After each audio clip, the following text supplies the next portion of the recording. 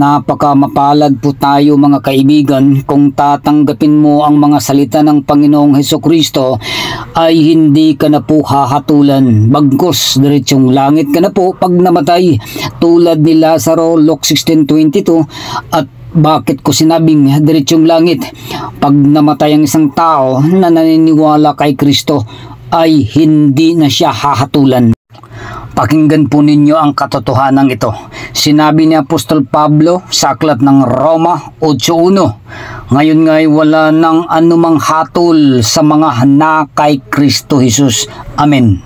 Mga kaibigan at kapatid sa Panginoon, nais ko lang pong linawin sa inyo na pagka sinabi pong wala nang anumang hatol ang mga na kay Kristo at diretsong langit ang pagkamatay nila.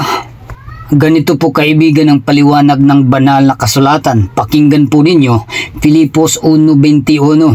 For to me to live in Christ and to die is gain, sapagkat sa ganang akin ang mabuhay ay si Kristo at ang mamatay ay pakinabang. Amen. Na ang ibig sabihin ay may malaking pakinabang pag ikaw ay namatay ay hindi ka nahahatulan at diretsong langit ang punta ng mga taong naniniwala at sumusunod kay Kristo.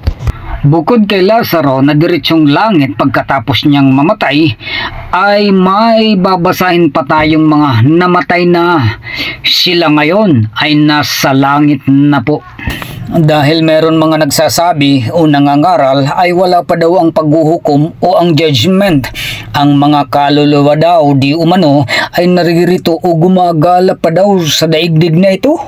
Kaya po, hayaan natin ang Biblia ang magpatunay na may mga kaluluwa ng mga namatay na ay hindi na po nahatulan at diretsong langit na po sila at hanggang ngayon ay naruroon po sila sa langit. Pakinggan po ninyo ang katotohanan ito. Mateo Kapitulo 27, versikulo 50 hanggang 53. Muling sumigaw si Jesus ng malakas at siya ay nalagutan ng hininga. Biglang nahati ang tabing ng templo mula sa itaas hanggang sa ibaba. Nayanig ang lupa at nabiyak ang mga bato. Nabuksan ang mga libingan at muling nabuhay ang maraming banal na namatay.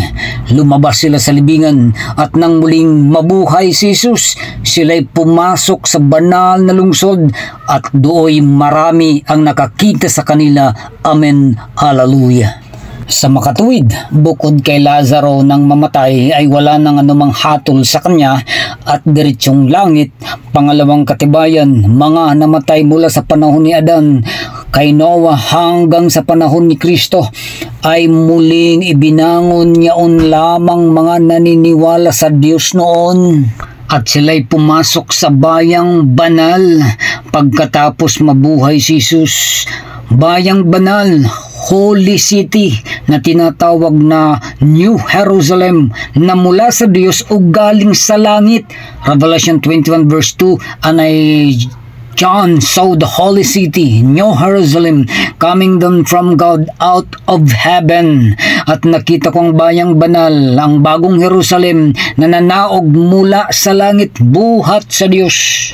Sa makatuwid, mga namatay noon mula sa panahon ni Adan at Eva hanggang kay Noah at hanggang sa kapanahunan ni Kristo na ang mga naniniwala lamang sa Diyos tulad ng mga propeta, patriarka at mga naglilingkod sa Diyos noon, sila'y hindi na po nahatulan at diretsong langit na po sila.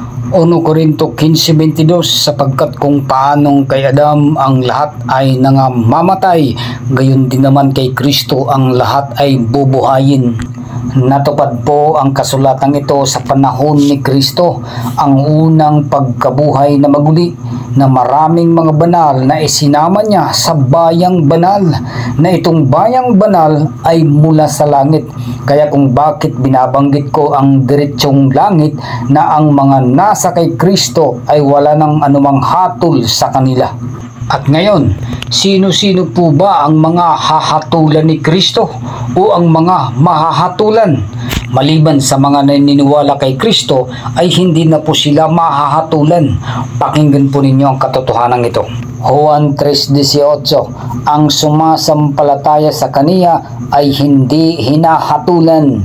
Ang hindi sumasampalataya ay hinatulan na, sapagkat hindi siya sumasampalataya sa pangalan ng bugtong na anak ng Diyos. Sa makatuwid, ang mga hindi naniniwala sa Panginoong Hesus hanggang sa panahong kasalukuyan at ang mga hindi naniniwala sa Diyos sa panahon ni Adam hanggang kay Kristo, ang mga namatay noon na hindi nakasamang nabuhay sa unang pagkabuhay na maguli, at ang mga mamamatay pa sa ating panahong kasalukuyan na hindi naniniwala at sumusunod kay Kristo, sila ay sabay-sabay na ibabangon pagkalipas ng 1,000 taon sa paghahari ni Kristo.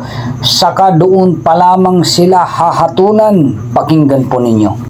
Revelation 20 verse 5, ang mga iba sa mga patay ay hindi nangabuhay hanggang sa naganap ang 1,000 taon. Ito ang unang pagkabuhay na maguli. Revelation 20:12, at nakita ko ang mga patay, malalaki at maliliit, na nangatayo sa harapan ng luklukan at nangabuksan ng mga aklat, at nabuksan ang ibang aklat na siyang aklat ng buhay, at ang mga patay ay hinatulan ayon sa mga bagay na nasusulat sa mga aklat ayon sa kanilang mga gawa. Ito po yaong mga taong hahatulan ni Kristo, yaong mga taong hindi naniniwala at sumusunod sa Kanya.